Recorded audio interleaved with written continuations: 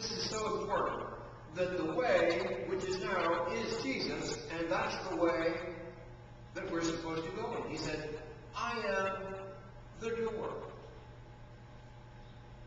There's the sheepfold, and he said, I'm the door. Enter in by me. No one comes to the Father but by me. I am the way, the truth, and the life. Now, people in the world sometimes get on us with that. They say, what's the matter with you? You're not broad-minded. Are you saying yours is the only door? Why not open door? The other doors are all right. There are no other doors. What there is a big wall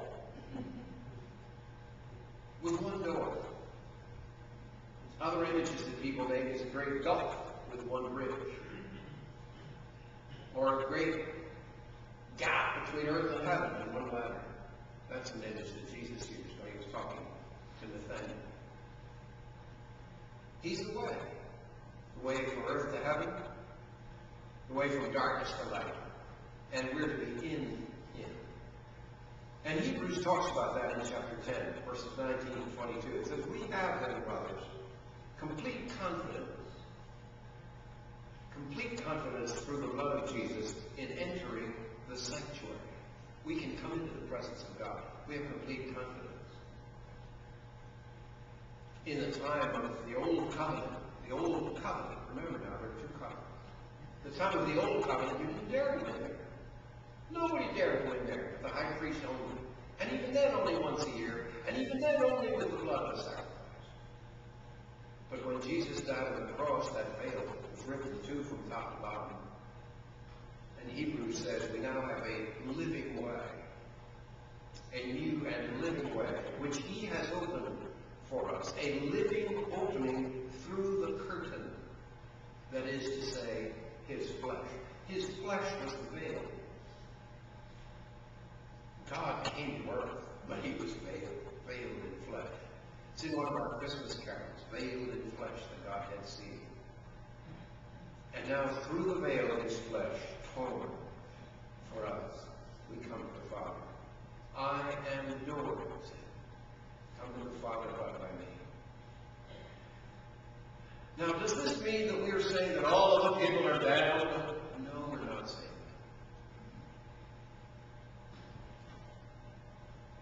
that. Jesus is not limited. One of the parts of the Cumberland Confession of Faith, which I like best, is that it specifically says that God is not limited in time or place as to where and how he gets in touch with people and draws them to himself. How does Jesus appear? My father used this example to Montezuma's grandfather. Montezuma was the Aztec king that the Spanish explorers first ran into when they came to Mexico. When Cortez came to Mexico, he met Montezuma. Well, before he came, telling them about Christianity, Montezuma's grandfather, he never had a chance to hear about Jesus. So what? Oh, well, he goes to hell. He never heard about Jesus. Jesus is the only way. No. My dad used to say, no, don't limit God's love out of God. Don't do that. In one of his books, I should have brought that with me today. The organization that he left behind is scraping around for more of his books to sell because they make money from his books and his broadcast. They broadcast them and people send in money. And I was having breakfast recently with their executive director. He comes to see me about once a year, but you know what they're doing, and talk about copyrights and things like that. Use more and more of his books. They scrape around to find old writings and put them together into a new book by the man who died in 1960. And they've just put together a new book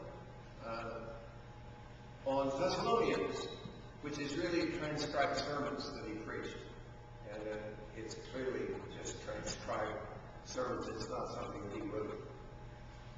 But in it he says something that he often said in sermons, something like this. He and I had a lot of theological arguments. And I remember talking with him about this particular issue. And he said Jesus is the only way.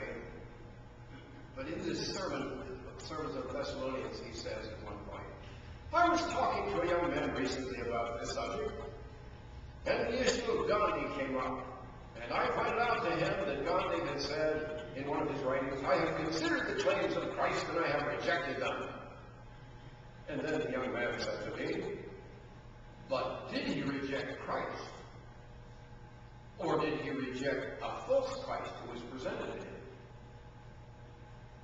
And we talked about the fact that Gandhi in South Africa grew up in South Africa. He was Indian and was not allowed into the white churches. And a friend of his told him that he ought to consider Christianity, so he tried on Christmas Eve one time to go into a white church. And there was one of the elders of the Dutch Reformed Church standing at the door and said, you can't come in, you're not in the right color.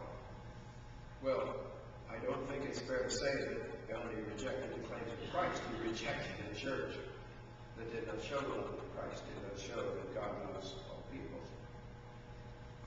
No, Jesus is not limited, and our Cumberland Presbyterian Church makes it very clear that we do not say that people who do not name Christ specifically and say they've gone through the 4 laws or pray the prayer that somebody writes out.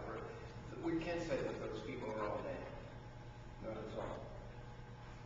But there is only one way, and it's Jesus. But Jesus is very resourceful about where he goes or who he talks to. Missionaries make this clear to us.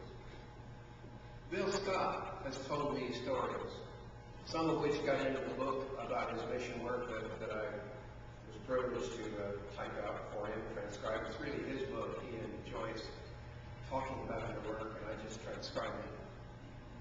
But I don't remember whether we got into that book. One of the stories he told me about the time when a young man who came from a tribe which was a closed tribe. Nobody ever went in there and came out alive. Nobody. But there was a young man who was from that tribe because